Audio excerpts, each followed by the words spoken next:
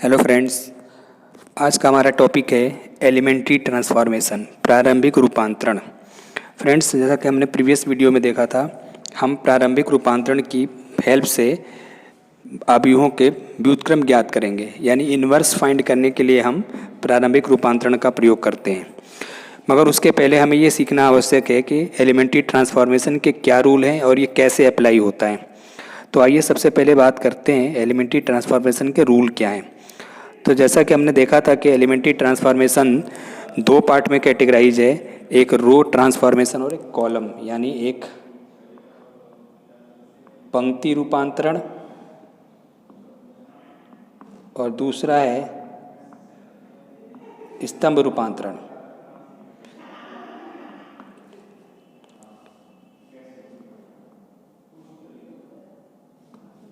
तो पंक्ति रूपांतरण के लिए हमारे पास 3 नियम हैं। आइए वन बाय वन देखते हैं।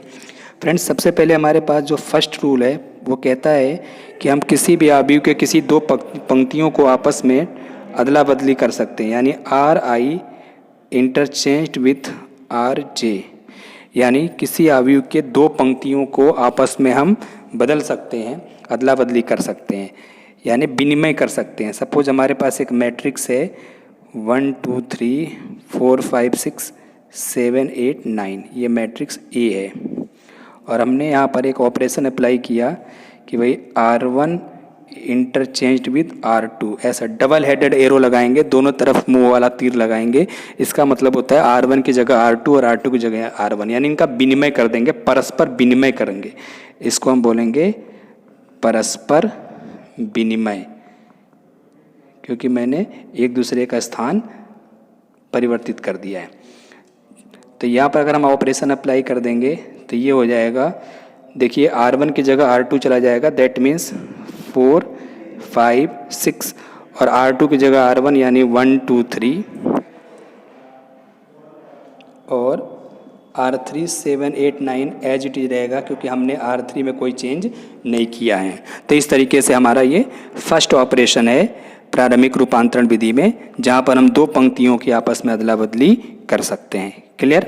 इसी प्रकार से जो दूसरा रूपांतरण हम लगाएंगे, सेकंड ट्रांसफॉर्मेशन, वो कहता है कि हम किसी भी अवयव के किसी भी पंक्ति में किसी अशून्य संख्या का गुणा कर सकते हैं, जहाँ शर्त होगी कि भाई k not equal to 0।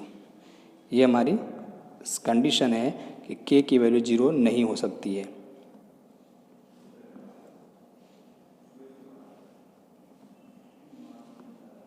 Suppose हमारे पास मैट्रिक्स है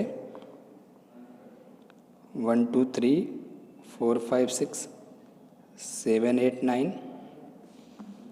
अगर हम यहाँ से ऑपरेशन अप्लाई कर दें कि R2 इम्प्लाइज 2R2, तो देखिए हमने यहाँ k का मल्टीप्लाई कर दिया, तो इस तरीके से हो जाएगा 1 2 3, R2 में हम 2 का मल्टीप्लाई करेंगे तो हो जाएगा 8 10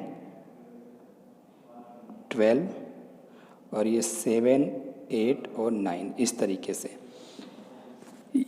हम इस तरीके से भी ऑपरेशन कर सकते हैं। सपोज R3 इम्प्लाइज 1/3 R3, यानी हम किसी संख्या का गुणा भी कर सकते हैं और किसी संख्या का भाग भी कर सकते हैं। बस ये ध्यान रखना है कि k की वैल्यू 0 नहीं हो सकती है। क्लियर? इसी प्रकार से हमारा थर्ड ऑपरेशन है कि हम मैट्रिक्स में किसी भी एक पंक्ति में किसी दूसरी पंक्ति में k का गुणा करके जोड़ या घटा सकते हैं, यानी हम RI में k RJ कर सकते हैं। RJ एक पंक्ति है, इसमें हम k का गुणा करके इसको हम RI में जोड़ या घटा सकते हैं। ये ऑपरेशन भी हम अप्लाई कर सकते हैं। जैसे मान लीजिए suppose R1 implies R1 plus minus 2R2, यानी हम R1 में 2R2 को जोड़ भी सकते हैं और घटा भी सकते हैं। क्लियर? ये हमारे 3 एलिमेंट्री ट्रांसफॉर्मेशन है जो रो के लिए काम करते हैं।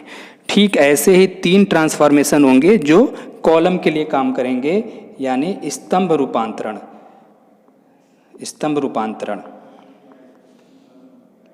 यहाँ पर first rule C1 c i interchange with c j, यानी यहाँ पर भी हम कह सकते हैं कि किन्हीं दो पंक्तियों को आपस में हम विनिमय कर सकते हैं। सपोज मेरे पास एक मैट्रिक्स है ए 1 2 3 4, यहाँ पर हमने ऑपरेशन किया C1 इंटरचेंज विथ C2, इसका मतलब C1 C2 का विनिमय कर दीजिए तो ये हो जाएगा 2 4 और ये हो जाएगा 1 3 इस तरीके से।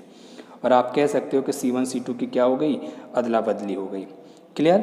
इसी प्रकार से दूसरा रूल हमारे पास जो अभी हमने पढ़ा था कि CI को हम K इंटू CI कर सकते हैं, यानी हम किसी भी कॉलम में, जैसे हमने पंक्ति के लिए पढ़ा वैसे कॉलम के लिए किसी भी कॉलम में किसी अशून्य संख्या K का गुणा कर सकते हैं या भाग कर सकते हैं। K not equal to 0, K एक अशून्य संख्या होनी चाहिए।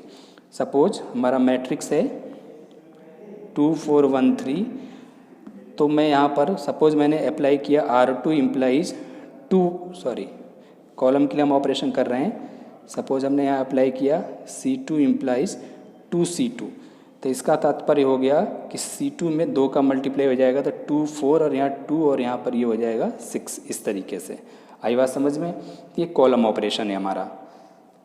इसी प्रकार से थर्ड ट्रांसफॉर्मेशन हमारा होगा, थर्ड रूल जो है कि हम किसी भी आव्यूह के किसी भी कॉलम में किसी दूसरी कॉलम में अशून्य संख्या K का गुणा करके जोड़ या घटा सकते हैं।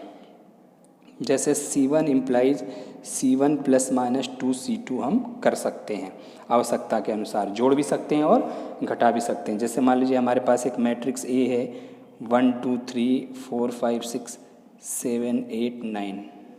सपोज हमने यहाँ पर ऑपरेशन अप्लाई कर दिया बेटा कि C1 implies C1 plus 2C2, तो इसका तात्पर्य ये हो गया कि हम C1 की जगह C1 में 2C2 जोड़ के लिखेंगे। तो ये C1 है और ये C2 है, तो C2 में 2 का मल्टीप्लाई करके C1 में जोड़ देंगे। तो ये लीजिए मैंने पहले C1 को लिख दिया 1 4 7, C2 में 2 का मल्टीप्लाई करेंगे तो 4 10 16 और ऐड कर दीजिए इस तरीके से। तो देखो ये 5 हो जाएगा, ये 14 हो जाएगा और ये 16 में 7 जोड़ेंगे तो 23, 7 6 16 7 23।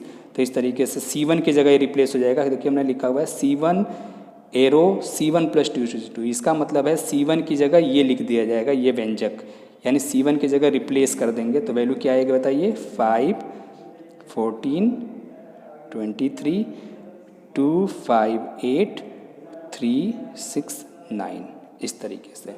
तो ये दोस्तों हमारा प्रारंभिक रूपांतरण है जिसके प्रयोग से हम इन्वर्स फाइंड करेंगे।